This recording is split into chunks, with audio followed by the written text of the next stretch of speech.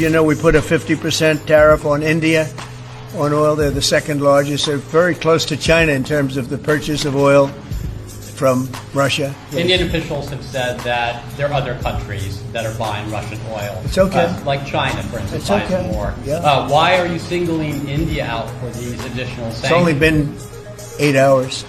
So let's see what happens over the next. Sanctions. You're going to see a lot more. So this is a taste of You're going to see a lot more. You're going to see so much secondary sanctions. If you do reach a deal with Ukraine and Russia, would you drop the additional tariffs on India? Well, we'll determine that later. But right now they're paying a 50% tariff. Okay?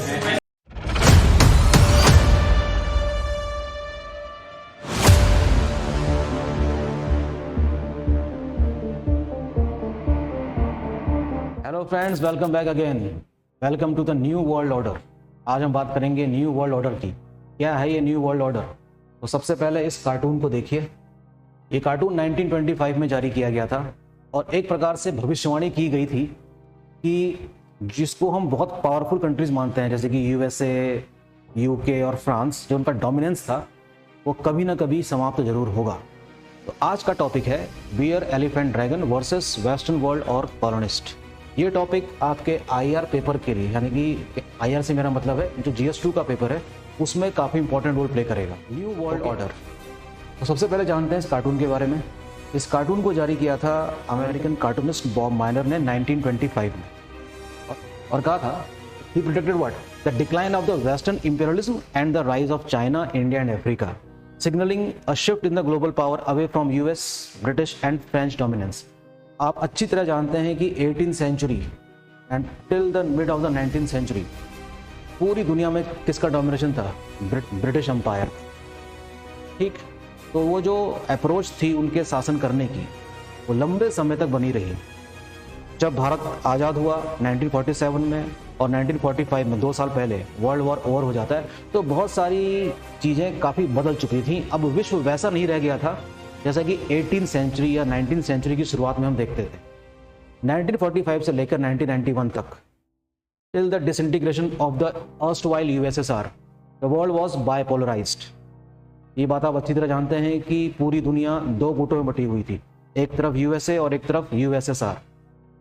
इसी बीच में भारत ने बीच का रास्ता निकालने का प्रयास किया NAM, यानी कि नॉन अलाइंड मूवमेंट को स्थापित करके, कि हम किसी भी महाशक्ति की तरफ झुकेंगे नहीं। We don't going to align to either of the superpowers, that is USA and the erstwhile USSR. 1991 में USSR का भी डिसइंटीग्रेशन हुआ और एक नया विश्व हमको देखने को मिला, जिसको हम कहते हैं यूनिपोलराइजेशन ऑफ द वर्ल्ड। तो उस समय 1991 के समय हम कह सकते हैं कि विश्व की सिर्फ एक ही महाशक्ति रह गई थी, जिसका नाम था USA। इंडिया ने भी उसमें उस समय हम देख सकते हैं काफ़ी इकोनॉमिक रिफॉर्म्स की शुरुआत कर ली थी 8 5 ईयर प्लान में, राइट। तो पूरी दुनिया ने, साथ में भारत ने भी काफ़ी लंबा अंतराल पूरा किया है, लंबा रास्ता अख्तियार किया है। और भारत आज की डेट में विश्व के प्रमुख देशों में से एक है जो विश्व की राजनीति में अच्छा खासा दखल रखता है। तो इसी पे आज हम चर्चा कर लेते हैं कि वो ऐसी कौन सी ऐसी वजह है जिसकी वजह से ये जो डोमिनेशन है ये अब बहुत दिनों तक नहीं रहने वाला है। पता लगाएंगे कि भारत की इसके लिए क्या तैयारियां हैं और किस तरीके से चाइना, इंडिया और रशिया मिलकर इस नए वर्ल्ड ऑर्डर को बेहतर तरीके से बना सकते हैं, राइट। कुछ कोट्स हैं, मैं आपके सामने पढ़ता हूं। Before you start a war, count the cost of victory and the cost of the enemy's revenge. There is a growing global debate about a new world order, often framed as what? RIC। R means Russia, उसको denote किया गया है beer से, E for elephant India के लिए और dragon for China. तो RIC से मतलब रशिया, इंडिया, चाइना से, versus the western powers led by USA। और USA के जो अलायंस है, काफ़ी बड़ा अलायंस है उनका, जिसमें UK भी शामिल है। एक तरफ वो देश और एक नया वर्ल्ड ऑर्डर जिसको लीड करने वाले हैं 3 महाशक्तियां, that is Russia, India and China, right. तो सिविल सर्विस की तैयारी करने के लिए हमको कई सारी चीज़ें पता होनी चाहिए, जिसमें जियोपॉलिटिक्स एक बहुत ही इंपॉर्टेंट कॉन्सेप्ट है। तो ये जियोपॉलिटिक्स में कुछ थ्योरीज भी थी। तो एक थ्योरी आई थी 1904 में, इसको भी जान लेना जरूरी है। ये दी थी मैकेंडर हार्टलैंड ने, मैकेंडर ने दी थी, और उस थ्योरी का नाम है heartland theory, the heartland theory and contemporary RIC west rivalry. तो ये एक बहुत पुराना कॉन्सेप्ट है, 1904 में दिया गया था, लेकिन आज भी क्या है, आज इसकी रेलेवेंसी साबित हो रही है। देखते हैं क्या है। It was proponented in 1904 by Mackinders, still remains a valuable framework to analyse the current global power contest between the RIC grouping and the western bloc led by US। Mackinder का मानना है, argued that the whoever controls the Eurasian heartland, that is this, जो इस पर शासन करेगा वही दुनिया पर शासन करेगा। उस नई दुनिया का नाम उस समय दिया गया था world island, that is Europe, Asia and Africa. Ultimately, global dominance. The RIC dynamic, when placed against the backdrop, demonstrate how classical geopolitics continues to shape contemporary alignments. विश्व की राजनीति काफी तेजी से बदल रही है। ये जो जियोपॉलिटिकल जो इक्वेशन है ये बहुत तेजी से बदल रही है। अब विश्व मल्टीपोलर हो चुका है। हर चीज के लिए हम अमेरिका के ही सहारे नहीं बैठे हैं, उल्टा अमेरिका को भारत जैसे बहुत बड़े बाजार की जरूरत भी है और शायद हमेशा रहेगी। तो इस बीच जो पॉलिटिकल चेंज, ये तो लगातार डोनाल्ड ट्रंप का एडमिनिस्ट्रेशन नए नए टैरिफ इम्पोज कर रहा था, उसी को आधार मानकर हम इस पे चर्चा कर रहे हैं। इसी के साथ साथ एक थ्योरी और दी गई थी, जिसका नाम था रिमलैंड थ्योरी, वो दी थी स्पाइकमैन ने। तो वो किसको सपोर्ट कर रहा था? जिनके पास क्या है, नेवी स्ट्रांग है, वो रूल करेगा वर्ल्ड को। तो इसको ज्योग्राफी वाले जो स्टूडेंट हैं, खासतौर पे जिनका ऑप्शनल सब्जेक्ट है, वो इस बात को अच्छी तरह समझते होंगे। Rimland theory and heartland theory. अब देखते हैं कि फिनलैंड के जो प्रेसिडेंट हैं अलेक्जेंडर स्टब, इनका एक बयान बहुत इंपॉर्टेंट है, ये सुनिए। My message to you, you से किसको संबोधित कर रहे हैं? My European colleagues and particular to the US is that if we don't engage in a more cohesive and dignified foreign policy, especially with regard to global south countries such as India, we will lose। ये दरअसल आईना दिखा रहे हैं किसको? So called super power को, कि अगर आप कोऑर्डिनेशन बनाकर नहीं रखेंगे इंडिया जैसे शक्तिशाली, कह सकते हैं कि साउथ इंडियन कंट्री से, तो हम हार हमारी निश्चित है। वी विल लूज, ऐसा मानना है किसका? अलेक्जेंडर स्टब का। ठीक है, this is the strong message to the Donald Trump administration. कुछ पुरानी बातें, बहुत पुरानी नहीं है, इसी साल की हैं। पिछले 3 से 4 महीने में आप देख सकते हैं जो जंग छिड़ी हुई है। जंग से मेरा मतलब किस चीज़ से है? टैरिफ वॉर से है। किस तरीके से डोनाल्ड ट्रम्प एडमिनिस्ट्रेशन ने अलग अलग देशों में इतना ज़्यादा टैरिफ लगा दिया है। ऑपरेशन सिंदूर आप सभी जानते हैं, पहलगाम अटैक के रिस्पॉन्स में इंडिया ने पाकिस्तान के विरुद्ध चलाया था। अचानक से युद्ध रोक दिया गया था। डोनाल्ड ट्रंप ने रुकवाया, ऐसा दावा है डोनाल्ड ट्रंप जी का, और उन्होंने इस बात को बहुत सारे मंचों में कई बार रिपीट भी किया था कि मैंने ये युद्ध रुकवाया है। Let's do the trade, India is my friend, Pakistan also is my friend. तो इन्होंने इस तरीके से भूमिका निभाई थी। भारत ने लंबे समय तक इसको इनकार किया, लेकिन इस बात से बिल्कुल भी इनकार नहीं किया जा सकता कि ये जो ऑपरेशन सिंदूर था, ये जरूर USA के इन्फ्लुएंस में आकर अचानक से रोका गया था। दिस शुड बी अंडरस्टूड, ये सब बातें हमको पता है। Unlike Pakistan leader, Modi has not nominated Trump for the Nobel peace prize in relation to the ceasefire. Nobel peace prize के लिए एक तरीके से कह सकते हैं कि दावेदारी ठोक रहे हैं कौन? डोनाल्ड ट्रंप, कि देखिए मैं किस तरीके से विश्व में शांति स्थापित कर रहा हूँ। तो उसके लिए कुछ नॉमिनेशंस होते हैं जो अलग अलग देशों के द्वारा आते हैं। भारत ने फिलहाल उस नॉमिनेशन में अपने हस्ताक्षर या अपनी हामी इनके लिए नहीं भरी। तो जाहिर सी बात है कि डोनाल्ड ट्रंप एडमिनिस्ट्रेशन काफ़ी नाराज रहा होगा, ये भी एक थोड़ा बहुत गुस्सा है। India has consistently rejected any notion of external mediation with the Pakistan. India ने कई मौक़ों पर ये कहा भी है कि हम किसी बाहरी दबाव में आकर यह युद्ध नहीं रोक रहे हैं, हमने इसको अपने तरीके से रोका है। और कई बार तो रक्षा मंत्री राजनाथ सिंह जी ने यह भी कहा है कि ऑपरेशन सिंदूर अभी समाप्त नहीं हुआ है, वो किसी न किसी तरीके से अभी भी क्या है, जारी है। ऐसा मानना है इंडियन एडमिनिस्ट्रेशन का। अब देखते हैं कि ये सारा पिछले 3 से 4 महीने में ये सारे समीकरण इतनी तेजी से बदले कैसे। Trump impose 50% punitive secondary tariff on India alone, targeting India for continuing to import Russian oil. देखिए, भारत ये बात कई बार स्पष्ट कर चुका है कि वो फ्री है भाई किसी भी देश के साथ व्यापार करने के लिए। ये तो बहुत ही स्ट्रांग मैसेज है कि तुम्हारे ये कह देने से कि हम रशिया से तेल इंपोर्ट ना कराएं, हम नहीं मानने वाले ये बात। लेकिन ये कहीं ना कहीं ये बात USA को पसंद नहीं आती। ये बात हमें पता है कि आपको पसंद नहीं है, अर्थात USA को। Other countries like China and Turkey also imported Russian oil without facing such tariffs. Trump was particularly upset that India was reselling refined Russian oil product to Europe and other regions for substantial profit. Trump ji का ये मानना है कि Bharat Russia से imported किए गए oil को फिर से रीसेल करता है यूरोपियन मार्केट में और बहुत ज़्यादा मुनाफा कमाता है। मुनाफा कोई और ना कमा ले, इससे बड़ी दिक्कत रहती है डोनाल्ड ट्रंप को या यूएसए की जो पॉलिसी है उसको, राइट। जो भी हो, जो मोनोपोली हो पूरे वर्ल्ड के ट्रेड में, वो सिर्फ यूएसए की ही हो, ऐसा इनका मानना है। यही इनका फ्रेमवर्क है। कैपिटलिस्टिक इकोनॉमी का एक परम उदाहरण है कौन? यूएसए।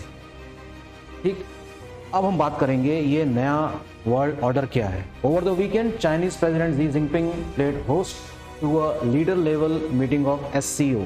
कुछ दिनों पहले की ही बात है। तीनों नेताओं ने मुलाकात करी शंघाई कॉरपोरेशन ऑर्गेनाइजेशन में, और इस तस्वीर को या इस मुलाकात को एक नए वर्ल्ड ऑर्डर के रूप में देखा जा रहा है। आप देख सकते हैं कि इसको इस तरीके से दर्शाया गया है, बियर, ड्रैगन एंड एलिफेंट। तो ये जो तस्वीर है जो हमें काफ़ी अच्छी लग रही है दिखने में, यूएसए को ऐसी तस्वीरें बिल्कुल पसंद नहीं है। They do not like such meetings of these countries leaders, बिल्कुल ही पसंद नहीं है ये यूएसए को। तो ये क्यों नया वर्ल्ड ऑर्डर आ जाए, यूएसए की जो मोनोपोली है, जो हेजेमनी है, वो तो ब्रेक हो जाएगी जो इतने सालों से बना के रखा है उन्होंने। लेकिन अब जो नया वर्ल्ड ऑर्डर आपको दिखाई दे रहा है आने वाले भविष्य में, इसको कोई शायद रोक भी नहीं सकता, क्योंकि सभी देशों की अपनी अपनी तैयारी है। हम उस पर भी चर्चा करेंगे कि भारत किस प्रकार से तैयार है इस नए वर्ल्ड ऑर्डर के लिए। अब देखिए, ब्रिक्स और एससीओ का शेयर जो है ग्लोबल जीडीपी में, ये आपके सामने रहा। ब्रिक्स एंड एससीओ ये रहे और रेस्ट ऑफ द वर्ल्ड ये रहा। ठीक है, लगभग 40% नजर आ रहा है ये।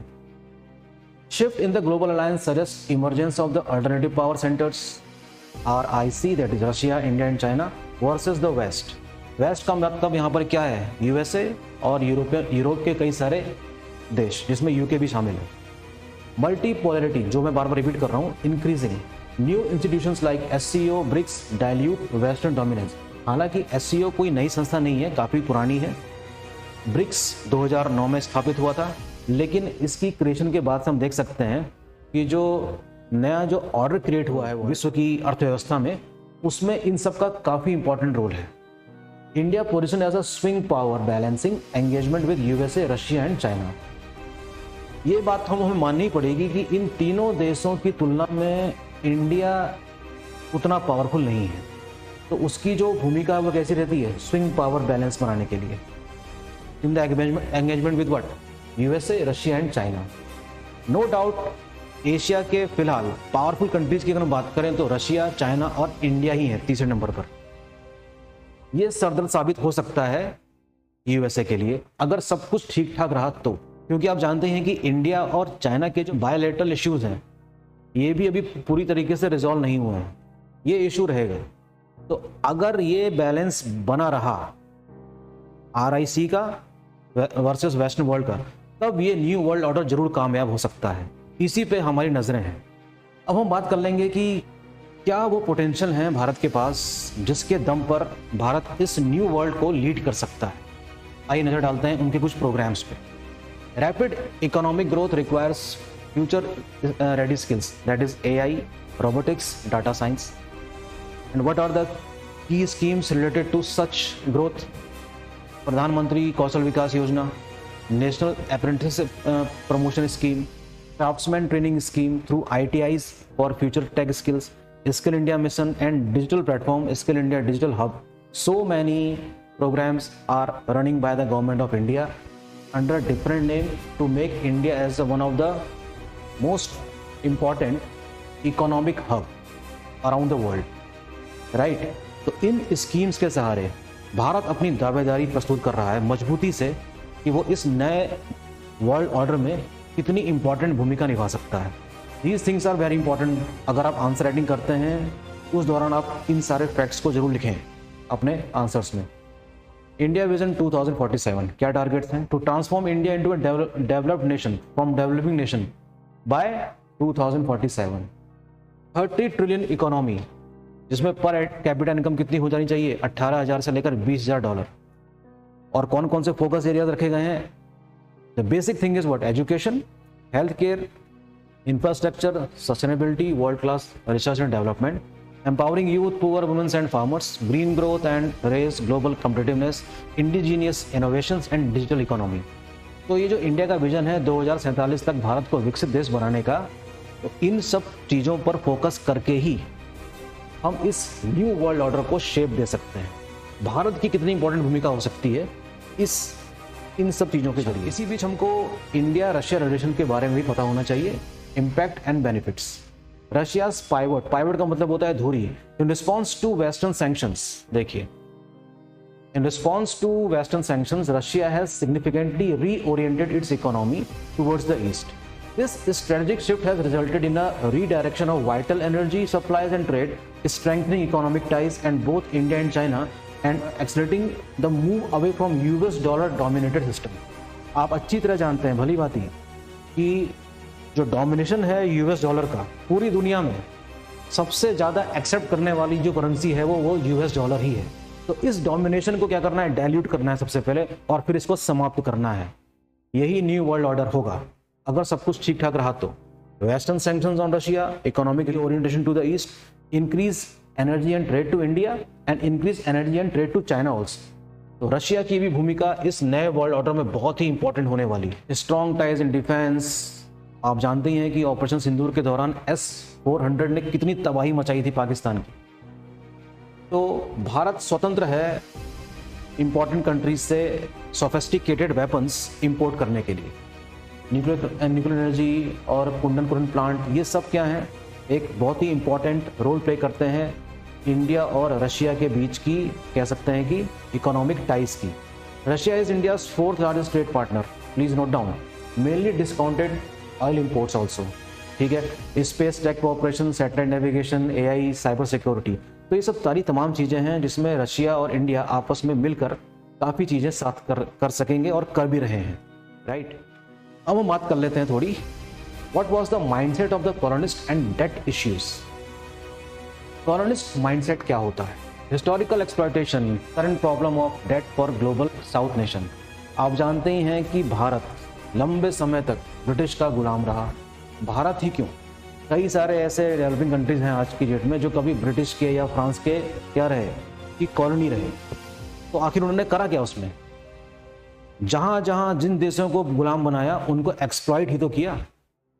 अल्टीमेटली भारत आज़ाद हुआ 1947 में, तो उसके पास क्या था? एक्सप्लॉइटेड कंट्री थी वो। और उसके ऐसा होने की वजह से भारत अभी भी no doubt fastest growing economy है, लेकिन है तो डेवलपिंग ही ना। तो इसके पीछे की सारी वजह क्या है? ये जो माइंडसेट था, इसकी वजह से भारत और जितनी भी डेवलपिंग कंट्रीज हैं उनका ये हाल है। तो ये पूरी तरीके से जिम्मेदार है। आप देख सकते हैं तस्वीर में कि कैसे एक अंग्रेज ऑफिसर को गुलाम आराम से, मतलब कंधे में बिठा के ले जा रहे हैं। देखिए, ये तस्वीर है उस चीज़ की, right. Western loans and aid can create dependency, policy conditionalities, debt traps. Africa, part of Asia, facing rising debt stress from both west and new lenders including China. China भी है भाई डेट देने वाला, मतलब कर्जा देने वाले देश में शामिल हो चुका है काफ़ी बड़े स्तर पे। India strategic autonomy aims to avoid such pitfalls. Bharat की कोशिश ये रहेगी कि इन सब चीज़ों से अपने आप को बचा के रखे, इस प्रकार से अवॉइड करे इस हैंगओवर्स जो कॉलोनियल है। अच्छा, इसी तरीके से इंडिया और चाइना का जो म्यूचुअल इम्पैक्ट है, और इस प्रकार इस मौके पर जो ज़रूरत है दोनों की, वो हम देखते हैं कि हाल ही की मीटिंग में कैसे दोनों देश एक साथ सामने आते हैं। ये रहा प्रेसिडेंट जिनपिंग का बयान, इसको पढ़ लेते हैं। India and China are two ancient civilisation, no doubt, in the east. We are the world most populous countries, and we are also important members of the global south. We must work together for peace and prosperity in Asia and around the world. तो ये तो एक opportunity बनी China और India को नज़दीक लाने की। बहुत अच्छी बात है कि पड़ोसी देश अगर मिलकर काम करें और कुछ बायलैटरल इश्यूज को साथ बैठ के रिजॉल्व भी करें तो बहुत कुछ बदल सकता है, तस्वीर बदल सकती है पूरी दुनिया की। फिलहाल देखा तो इसको इस तरीके से ही जा रहा है। 2025 diplomat reset, assuming flights, trade, corporation, manufacturing, EVs, benefits, border issues Perseus. कुछ चैलेंजेस भी हैं और कुछ संभावनाएं भी हैं। चाइना's ambitions require India to maintain vigilance over sovereignty, market access and strategic independence. तो इन दोनों देशों को तो सबसे पहले अपने म्यूचुअल जो भी क्वेश्चंस हैं उनको रिजॉल्व कर लेना चाहिए, तभी ये नया वर्ल्ड ऑर्डर अच्छी तरीके से सेट हो पाएगा। आसान नहीं है मामला, लेकिन किया जा सकता है। An uncalculated move against a rising power may win the day but lose the era. क्या बात लिखी है, शानदार। मैं फिर से पढ़ूंगा आपके सामने। An uncalculated move against a rising power may win the day but lose the era. बहुत बढ़िया। America's benefits and India strategic caution. US India आपस में भी काफी बड़े स्तर का क्या करते हैं, व्यापार करते हैं। Advance technology transfer, defence cooperation, investment, 2000 US firms in are still in India, big export market. India benefits from strategic position in Indo Pacific quad जो ग्रुप है 4 देशों का, इंडिया, ऑस्ट्रेलिया, जापान और यूएस। चाइना की activities को observe करने के लिए बनाया गया था, मेनली बनाया गया है इनफैक्ट। प्रोटेक्ट डोमेस्टिक इंडस्ट्रीज करनी पड़ेगी, प्रोटेक्ट करना पड़ेगा डोमेस्टिक इंडस्ट्रीज को यूएस से। Avoid excessive concession in trade deals, manage overlapping interest with China. US seeks India partnership as an alternative to China in Asian supply chain. देखिए, no doubt Asia का जो tiger है वो तो China ही है फिलहाल। तो चाइना ग्लोबल पावर ना बन जाए, इसके लिए यूएसए ने बहुत पहले से ही इंडिया को अपना एक काउंटर पॉइज माना है। ठीक है, चाइना को एक रीजनल पावर बन के रहने दिया जाए, ग्लोबल पावर ना बनने दिया जाए। इसके लिए हम इंडिया के साथ भी कांटेक्ट में रहेंगे और पाकिस्तान के साथ भी रहेंगे कि ज़्यादा से ज़्यादा इंडिया को पावरफुल भी नहीं बनाना है और सपोर्ट किसको करना है, पाकिस्तान को। हाल ही में आपने देखा भी होगा कि इस बीच पाकिस्तान और यूएसए भी काफ़ी नज़दीक आए हैं। तो ये जो दोहरी रणनीति है यूएसए की, ये अब सबको समझ में आ रही है। इन्हीं सब चीज़ों को ध्यान में रखते हुए ही ये नया वर्ल्ड ऑर्डर लाना काफ़ी ज़रूरी है। लेकिन इसका मतलब ये नहीं है कि सभी टाइज को कट कर दिया जाए। India and USA also having a very big trade links, okay. और अमेरिका में तो कई सारे आईटी प्रोफेशनल्स रहते ही हैं, उसका भी हमको ध्यान देना पड़ेगा। तो एक बहुत ही बैलेंस अप्रोच निकालनी पड़ेगी। धीरे धीरे होगा काम, slowly but surely. India the strategic swing power, how India can become the strategic swing power. India is uniquely positioned as a fulcrum. Fulcrum आप जानते ही है ना, जैसे कि इसको फुलक्रम मान लेते हैं। तो ये चीज हो गई जिसमें पेन रखा है, तो फुलक्रम की तरह एक भूमिका निभाएगा। न्यूज़पेपर में आया था, ये बहुत अच्छा आर्टिकल था इंडियन एक्सप्रेस में। India is uniquely position as fulcrum in this new world order, please note down. By maintaining strategic autonomy, it skilfully balances what the engagement with both western allies and the Russia China bloc, maximising its own interest and avoiding dependency on any single power. Very important कि भारत को देखो सभी से संबंध बना के रखने हैं। किसी की भी जरूरत पड़ सकती है, लेकिन किसी पे पूरी तरीके से निर्भर होने की जरूरत नहीं है। भारत आत्मनिर्भर भी है और आप जानते ही हैं कि विश्व की अर्थव्यवस्थाएं एक दूसरे पर आश्रित रही हैं। कोई ज़्यादा रिच है, कोई कम रिच है, कोई ग्रो कर रहा है, लेकिन प्राचीन काल से ही, फ्रॉम द एंशिएंट टाइम, विश्व की सभी अर्थव्यवस्थाएं एक दूसरे पर आश्रित रही हैं। क्यों रही हैं? क्योंकि सारा नेचुरल रिसोर्स किसी एक कंट्री के पास नहीं है, किसी के पास कुछ है तो किसी के पास कुछ है। अब देखिए ना कि चाइना के पास सबसे ज़्यादा रेयर अर्थ मिनरल्स हैं। ये भी चिंताजनक स्थिति है यूएसए के लिए। रेयर अर्थ जिसका लीडिंग प्रोड्यूसर है कौन? चाइना। और आने वाला जो टाइम है जिसका, और रेयर अर्थ का इस्तेमाल आप जानते ही हैं कि कितनी जगह पर होता है। सैटेलाइट्स में है, डिफेंस सिस्टम में है, आईटी सेक्टर में है। तो चाइना पर भी यूएस को डिपेंड होना पड़ सकता है आने वाले समय में। तो अब तो ये जो वर्ल्ड का जो न्यू ऑर्डर बनेगा ना, ये एक दूसरे पर आश्रित रह के ही बन सकता है। Partnership with the west and cooperation with the east. अपने आंसर राइटिंग में आप इस तरीके से अगर आप आंसर लिखते हैं तो आपको बहुत अच्छे मार्क्स मिल सकते हैं। मैं चाहूँगा कि आप इसको एक बार पढ़ें। मैं थोड़ा सा इसको जूम करता हूँ ताकि आप इसको आसानी से एक रीडिंग मार सकें। Right, partnership with the west that is USA and cooperation with the east that is RIC. आगे बढ़ते। Russia, India, China, RIC, potential to change world order. यही तो था इस पूरे हमारे लेक्चर का पूरा निचोड़। Not a formal alliance. BRICS की अगर हम बात करें, आप जानते हैं कि इंडिया, चाइना और रशिया कई सारे रीजनल ग्रुप्स के मेंबर हैं, तो जाहिर सी बात है कि काफ़ी इंपॉर्टेंट भूमिका निभाएंगे।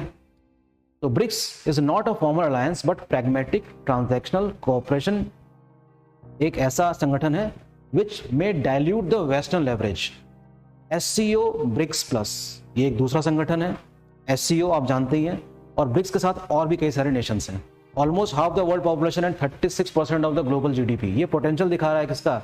रशिया, इंडिया और चाइना का collectively. Sanction Russia reorients economy, east energy trade redirected to India and China.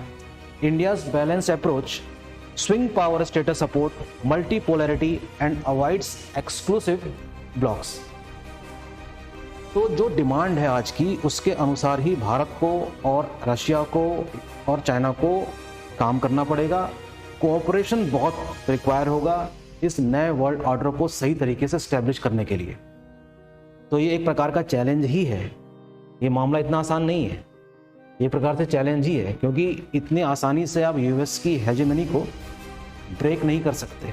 It requires time, it requires patience, it requires cooperation. तो इन तीनों देशों को एक साथ एक मंच पर लंबे समय तक अगर बने रहना है तो मिलकर काम करना होगा।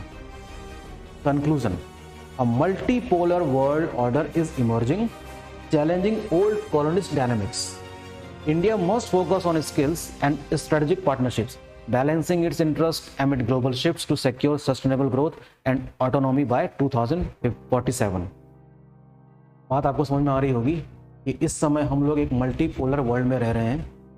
इससे पहले भी जो ईस्ट वाला जो पार्ट है एशिया का, उसके पोटेंशियल को भी हम लोगों ने बहुत पहले समझ लिया था और लुक ईस्ट पॉलिसी चलाई थी, अगर आपको याद हो तो ये कोई एक दिन में ये वर्ल्ड ऑर्डर बनने वाला है ऐसा नहीं है।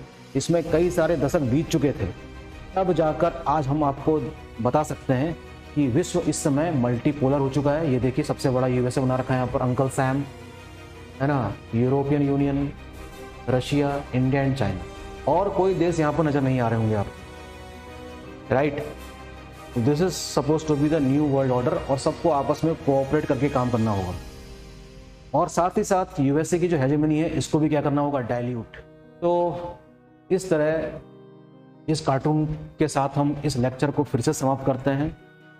तो भारत की जो भूमिका है ग्लोबल पावर में इमर्ज होने की, मिलकर अगर काम किया जाए तो बहुत अच्छी तरीके से इस नए वर्ल्ड ऑर्डर को सेट किया जा सकता है।